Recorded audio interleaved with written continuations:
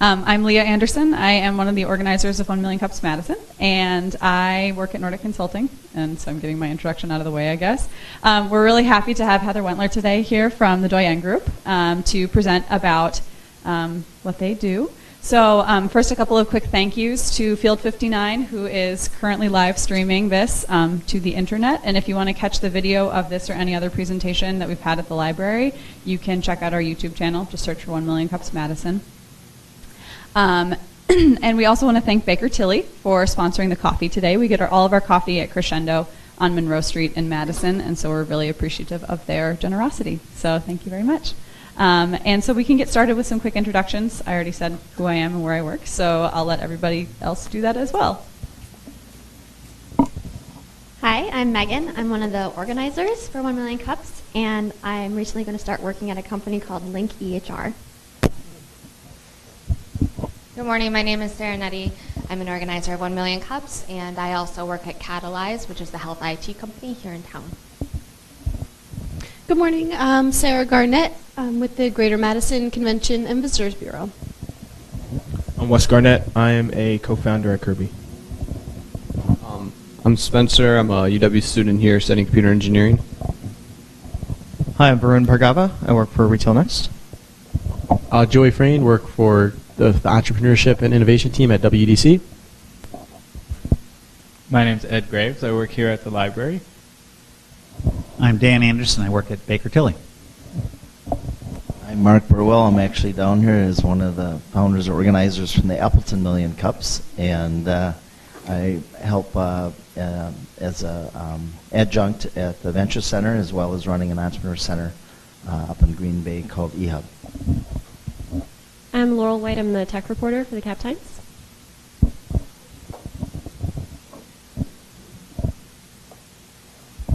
Chris Carvalho with Bank of America Merrill Lynch. Steve Deinhardt, MoLaPitch.com and Heartland Business Transitions.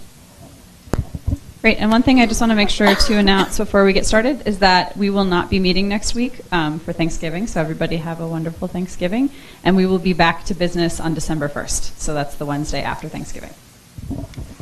Awesome. Well, good morning. Like they said, my name is Heather Wentler, and I'm the executive director and one of the co-founders of the Doyenne Group. And Doyenne is actually a French word. It means the senior or most prominent woman in her field. And so we felt like when we were thinking about the name for the organization, that was a perfect fit for the women that we work with within the entrepreneur system. So Amy Gannon and I founded Doyenne back in 2012 as we were both working within the entrepreneurial ecosystem here in Madison, and we're noticing that not a lot of women are showing up to events going on within the community, and we wanted to be able to help get more women engaged. And so we were going to different events and we were working with a lot of organizers, and then we decided to kind of come together and how do we kind of help set a mission to put Madison on the map for women entrepreneurs. But before I get to all that, let's take a step back. So nationally, over the past almost 20 years, women are seeing great strides and gains when it comes to founding and running their businesses. And on average, over 1,200 businesses are being founded each day by women entrepreneurs, which is awesome. Also, we know that looking at the national, women have a higher return on investment when it comes to running their businesses. We have greater revenues. We're more startup successful, and then we take less capital to exit our businesses as well. So there's a lot of great things going on the national level for women. When we start focusing in on Wisconsin, we see that we're not doing so great. Wisconsin is actually in the bottom 10 states when it comes to women starting and running their businesses here. And so as we've kind of moved forward with Doyenne, we've started looking at what are those things going on within Wisconsin that we can start figuring out why we're not doing so well and how we can start boosting up those numbers. So we looked at the different areas of interest. When we look at the national percentages, about a third of businesses being founded in the U.S. are being run by women. In Wisconsin, only 25%. Revenue is, they don't really have the national average from the sources that we're finding. But then on investment, about 11% of the angel and VC dollars are going towards women-led businesses. In Wisconsin, it's only about 9%. So starting to have those conversations around how do we bump up these numbers, how do we start getting kind of some of these barriers that women are facing to be able to move forward. And we know that there's a lot of, reasons for these numbers as well, but we really want to make sure that access to capital is available for women. So the big question is, what are we, Doyenne, going to do about it? So we've set a vision that within 5 years, we want Madison to be nationally recognized as one of the best cities for women entrepreneurs. We've set some goals to increase the number of businesses, investments, and then help boost the city ranking to top 25, and then bring the state ranking up to the top 15. And we're going off of Forbes. They calculate these metrics, and they're usually using census data. And so really coming back to how is the data collected here in Wisconsin, and then how do we compile those to help bring the city and the state rankings up. Over the past 3 years working with women, we've kind of figured out there's 3 big blockers as to why they aren't starting their businesses or why they aren't moving their businesses forward. The first one that we really see is, that risk of failure, so that they're more risk adverse. So pretend there's a checklist of 10 items that you say, this is what I need to fill out before I can start my business. Women are more likely to say, well, when I get to number 8 or 9, then I'll be ready to take that leap. Whereas some of our male counterparts are saying, I got 4, I'm ready to go. And so it's kind of working with the women to help them realize that you're never going to get to 8 or 9 until you actually launch, and kind of help build some of that confidence and make sure that they have the resources in place to help them move forward. The second one is that, what do we consider successful? So unless you're starting a company that, you're looking to get investment and be ready to sell in 5 to 7 years, is that what's only considered a successful company? Or are we looking at a successful company means the entrepreneur working on it and taking it to what they think is a successful business? So it might be a lifestyle business, it might be something that you're not going to see investment and returns on, but that's still considered a successful business. And that third one is really that access to capital and being able to get the money that you need, no matter what type of business you're going into, to move it forward. So to help overcome some of those barriers, we've kind of figured out 4 pillars that we're really working on to impact the ecosystem and bring the Madison community together to say this is how you can get involved. So the first one is building the network. So we have some great community partners that we work with to help encourage and promote women entrepreneurs. Increasing visibility, so making sure that women are being seen on panels, being represented at the different events, and then also being represented in the media as well. Funding the ventures, Doyenne Group is putting together an evergreen fund. With our evergreen fund, we'll be giving out grants and small equity investments to women-owned firms. And then we also work with some of the accelerator programs here in Madison and across the state, as well as some of our lending partners here in Madison, to say, how can we make sure we're helping women get set up to be able to get the capital that they need to move forward? Or what are some early ways we can get money into their hands so that they can launch and start moving forward? And the fourth one is developing the entrepreneur. So we offer programming. It's more workshop-based, where it's really, we're not going to just sit and talk at you so that you go back to your office with a million ideas swirling around your head and no way to implement them. It's more of, we're going to talk about a higher level area, and then break it down and sit with you and figure out how does this fit into your business, and if it doesn't work, that's okay, but what are other ways that we can help get you on the right track. So we've really started building this pipeline of how we support entrepreneurs. The organization is a membership-based group where it's $100 a year to become a member, and then the membership is broken into 2 areas. So we have the entrepreneur members, the boots to the ground or aspiring, someday I have this crazy idea and are looking to help flesh it out. And then we have an ambassador program, and the ambassador program is more for those established entrepreneurs or people in business that are looking to support the up and coming entrepreneurs within the community. A lot of our programming, like I said before, is focused around the entrepreneur. We do connect events monthly that anybody is able to come to, and we have one member each month that's highlighted during those connect meetings. And we either host the meeting at their business, so you can see what they're doing, or we have it at Alt Brew. Maureen Easton is actually a member of the organization, so they have opened up their tap house for us to have the events there.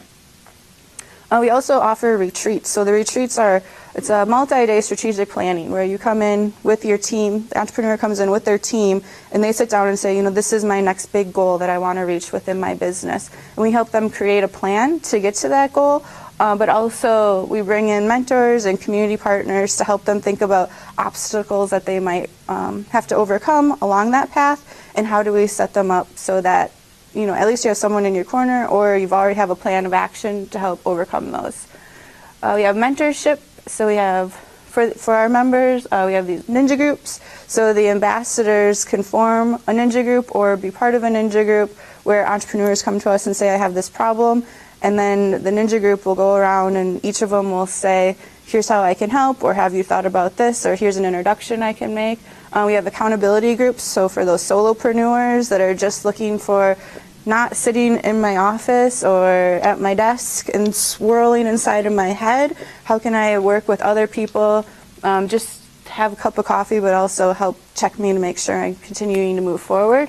And then we do office hours, and then we've started rolling out some of the funding through, we've done 2 5x5x5 events, one in 2014, one in 2015. So it's 5 women-led businesses from across Wisconsin, each give a 5-minute pitch, and one of them receives a $5,000 grant to go towards their businesses.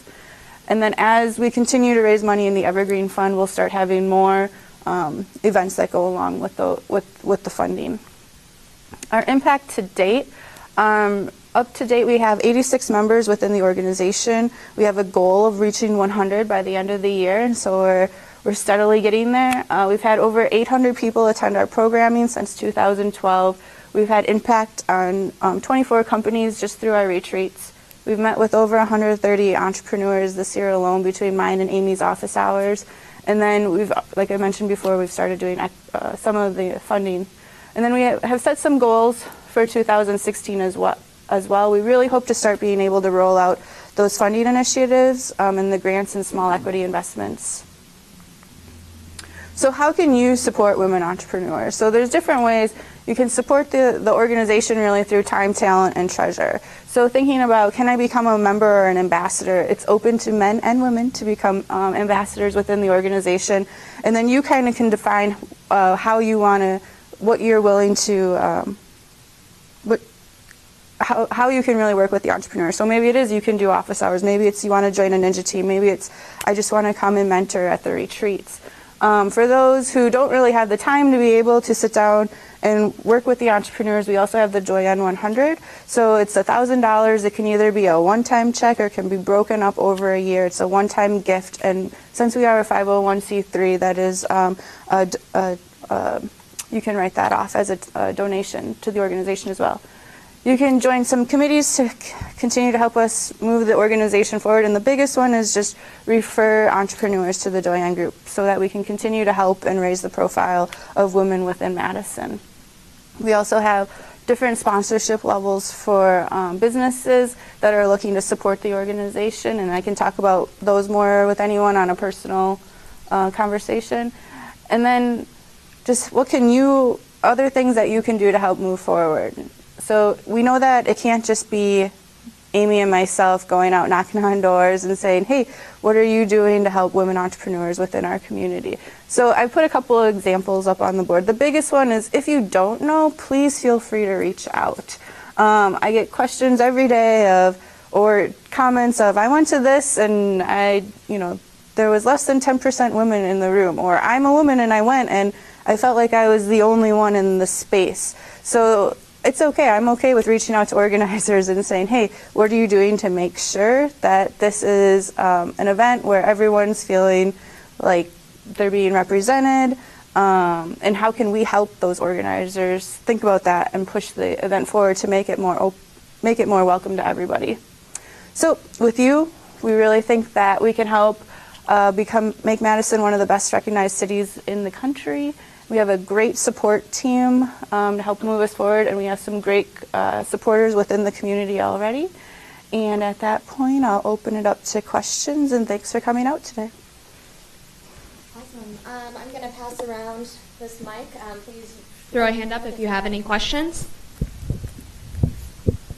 I'm kind of curious. When you showed the top and bottom 10 states, is there a correlation why there's no Midwest states in the top 10 and a lot in the bottom 10? Yeah, well, so like I said, they take the numbers based per capita. So like North Dakota, not a lot of people living in North Dakota. So that has something to do with it. It's also the way that data is being collected right now. So in Wisconsin, when you register your business, it doesn't have to be one of the co-founders registering your business. You can hire someone to do that. And so they're looking at, that's kind of part of the way they're looking at it. But then they also, if you're a 50-50 corporation, even if it's 2 women, it's not considered a female-run organization. So things like that, we're working with some people at the state level to say, how do we start looking at the way data is being collected?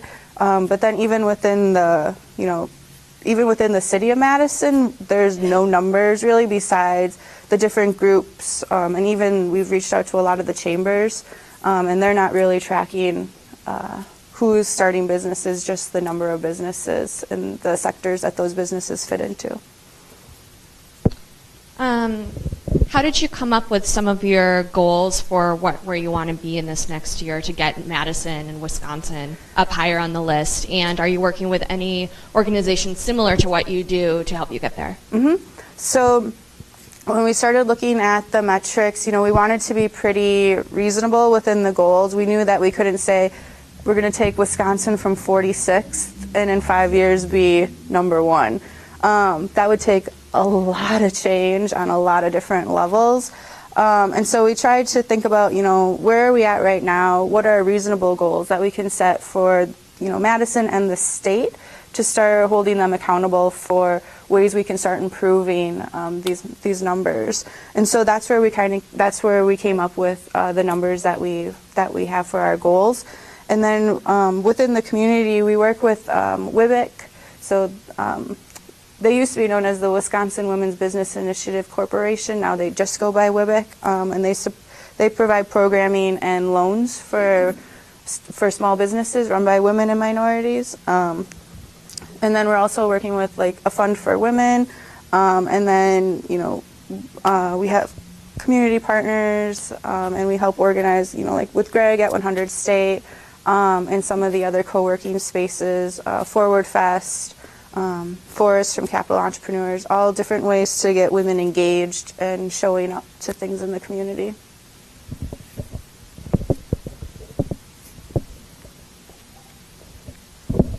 Hi, I have 2 questions. So the first is about access to capital. Can you speak to why those issues are unique to women? And then 2, just related to businesses that serve the needs of women and how you think partnering with those people can help you to move to whatever next level. Mm-hmm. So kind of those access to capital, it wasn't until literally the year I was born, 1985, that women were able to take out money without either a husband or a male's name on their bank loans. So, we talk about, is there still glass ceilings that women are trying to overcome?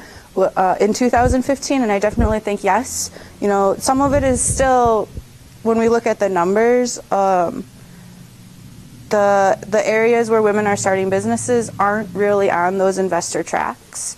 Some of them have the potential to be on those investment tracks, but when they start, they're not there yet. And so how do we help them, help them understand that this is something you could do? And then there's still, when we talk to investors within Madison, and even the banks that are still lending people that say, I refuse to give money to women, there's still some societal stereotypes that women are facing even in 2015 when it comes to getting that access to capital.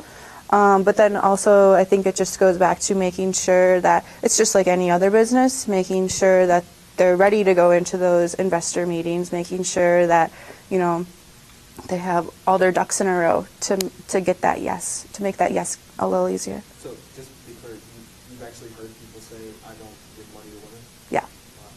Yeah. Or, you know, we've met with investors and asked them, like, you know, if you looked at your portfolio, how many of them are women run? And it's usually less than 10%. So I think that says something about, you know, Madison and Wisconsin in general. I'm not saying that investors should be going out and actively seeking women to put in their portfolio, but I think it's something that they should consider and not, you know, we've literally had women come and talk to us and say, I've gone into pitches, and they're like, so where's the male on your team to help you run this? And some of the, you know, like things like that, we've had different, I don't really want to go down this track, but we've had lots of different experiences that people have come and told us about where I'm like, seriously, this is still happening? Heather, you know, with all the entrepreneurial type programs we have now in high schools and universities, are there any encouraging numbers showing that women are attending those classes and being part of those programs in an increasing way? Not really that I've seen. So one thing I'm working on right now is I'm working with the Chamber of Commerce, is working with the Madison Chamber of Commerce is working with the Madison high schools. They just implemented a new entrepreneur curriculum at all 4 high schools in the city, and so it's trying to onboard early. So working with the freshmen to help them think about creating a business plan, and they're actually starting little businesses within their school. And trying to move them forward so that by the end of the semester they have a full business plan ready to go. And it, technically, what they're hoping for is a market or an item that could go to market. We're still in first semester, so I think it's going to take a little while. But I think, you know, part of it is it's hard for teachers to teach what an entrepreneur is and what they do. So I think that's the first step, is how do we get more entrepreneurs going in and talking to kids to think about that this is a viable option for them once they get out of school. And then I think, you know, a lot of it just goes back to who they see as role models within the community. So when you ask someone that doesn't have experience in the entrepreneurship world, who's an entrepreneur that you know, a lot of them can't think of women's names. And so if you can't identify with someone that's in it, you're less likely to go in it. I just want to make a comment, Heather. I know that over the years, the finding the money has always been a dilemma, but I think that, especially in Madison, but other parts of the state, a lot of the banks, yes, they're risk, hesitant on things, but in today's world, I think we spend way too much time concerning ourselves, especially in Madison, with trying to find angel investors and venture capital, when really that isn't really what's happening in today's world for entrepreneurs. It's not just a crowdfunding issue it's there as a piece, but using community development corporations and other forms, because the interest rate is so low. I know in the several businesses that I had 20 years ago, the interest rates were 12%, 14%. Now it's so low, you shouldn't be looking at venture capital. You shouldn't be looking at angel investing. There's some unbelievable opportunities out there. And really for women, I know in the Green Bay we have 63% of the program is female. But what we raise that up with the point of showing them how to get those funding mechanisms, as well as actually putting a piece in there that almost doubled it in the last 6 years on that percentage of seeking out the minority women. And a lot of times we don't do that. We don't serve the underserved or seek them. We just kind of sit there and wait. So you're going to get that woman number way up if you actually seek out a little bit more on the minority women, and then you'll get the whole ball of wax going again. So. Cool, thank you. Yeah, I totally agree. Shark Tank. I get lots of people, I saw on Shark Tank, and I'm like, please watch Shark Tank for entertainment purposes, not for how you should start and run your business. And so I totally agree that, I think it goes back to the what do we consider a successful startup? And I do agree that in Madison we focus a lot around that. Women have the hardest time, and one of the things, because I know I sit on a couple statewide boards for funding, and their opportunity funds. One's in Lincoln Opportunity Fund out in Milwaukee, and one in Madison with WPP. Well, one of the things that people forget about is they don't put the enterprise team together. Mm-hmm. So when you go, the enterprise team can be men and women. You want a good balance. But people just turn it on their resume, and women don't go very far. You're right. But it's because that's what they do. Men tend to put more together a team. Mm-hmm. Women sometimes just have 2 or 3 people, and they need to have a more exclusive enterprise team. And once they do that, they're going to get their funding much easier too. Cool. Thank you. So a lot of entrepreneurship and startups are very tech-based, and as the experience, the girl-guy ratio in my computer science, computer engineering classes is very extreme, low. And so do you think, out of the people that you have, your members, how many of them are tech-based entrepreneur companies? Right. So, we have over 43 entrepreneurs that are just starting out within our membership right now. I would say, it's very low of women that are going in the tech sector within our organization. That doesn't mean that they're not out there, but it's I think they're not going to reach out until there's a reason for them to reach out, and so we have to try and make sure that we're providing services that they're looking for. And then I think it also you talk about your numbers in your computer science classes. When we look at, I don't know if there's a documentary out called Code, and it's debugging the gender gap within tech and STEM related fields. And so the numbers aren't going up for women going into those areas. They're actually on the decline. And so that's a bigger picture problem. Then we can do our part, but that's a bigger problem.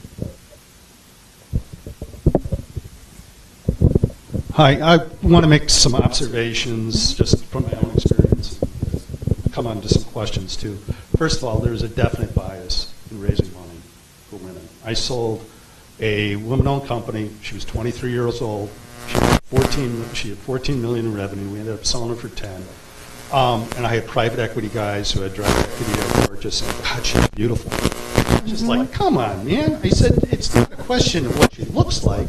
It's a question of she's 23 years old and she's built a $14 million company. I had another woman company I sold, smaller. She had about $6 million in revenue. And she had 2 names. She had the male name that she also did business under, just to avoid the bias that she found. She was selling medical supplies. So there's definitely a bias in the financial community. In fact, the company that I sold with the 23-year-old ultimately was bought by a private equity group that had a woman as a partner. Nice. Okay. And which was double plus because she got a mentor. She stayed on. She's still there. She's 30 now. But anyway, the point is that she had a mentor to take her forward, which is important. Yeah. And leading on to mentorship, I would think, Madison, come on, 2 of the most prominent business success stories here are women, at Judith and Pleasant, right? Yep. I would think that the woman culture here would be extremely strong.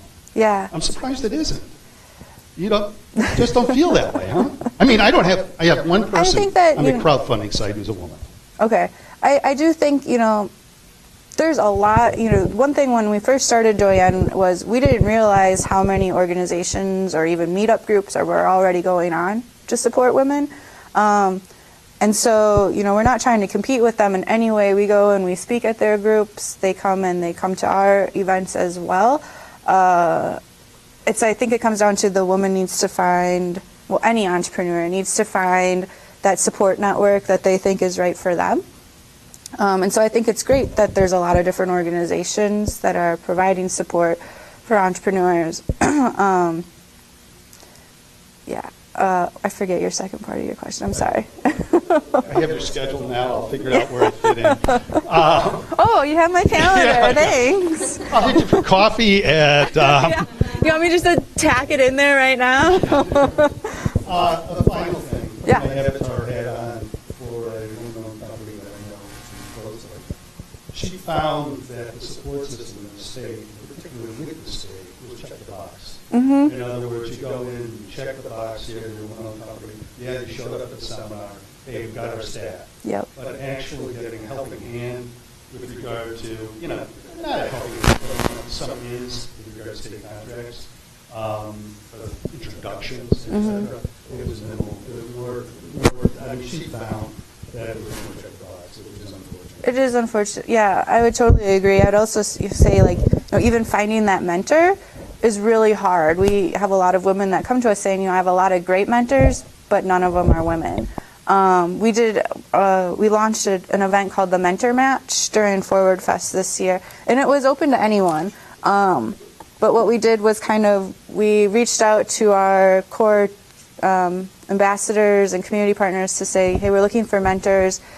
Fill out this to say, it came down to what areas of expertise do you have for mentoring, and then what time commitment you're giving to it as well. A lot of times we see a lot of one and done. That's not a mentor. A mentor's there first, they're going to work with you through this. And so when we matched the entrepreneurs up with these mentors, they went in, both of them had said, this is what I'm looking for, so that it was a better match. So the hope was that even though you only have 15 minutes with this mentor right now, you'll have a continuing conversation going forward. That 15 minutes was just an introduction to see if, you both match up on paper, but is it a good fit when you're sitting down working with them? So things like that, I think are really what's going to help, or is one area that is going to help. We look at the metrics, and if we look great on paper, that's awesome, but we also want to look at what sets Madison apart. Right now, Boulder is the #1 city according to Forbes for women entrepreneurs. So what sets Boulder apart from all those other cities when it comes to women entrepreneurship? And it's not just the metrics, just the ways to raise capital. There's something special that's going on within that ecosystem as well to really provide the support for them. Fantastic. If there aren't any more questions, let's give Heather a round of applause. Thank you so much for presenting today. It's really good to know that you guys are here doing what you're doing. Thanks for having me. Please help yourself to coffee, and I'll just reiterate that we're not going to be here next week, but we'll be back on the 1st. And thank you all for coming.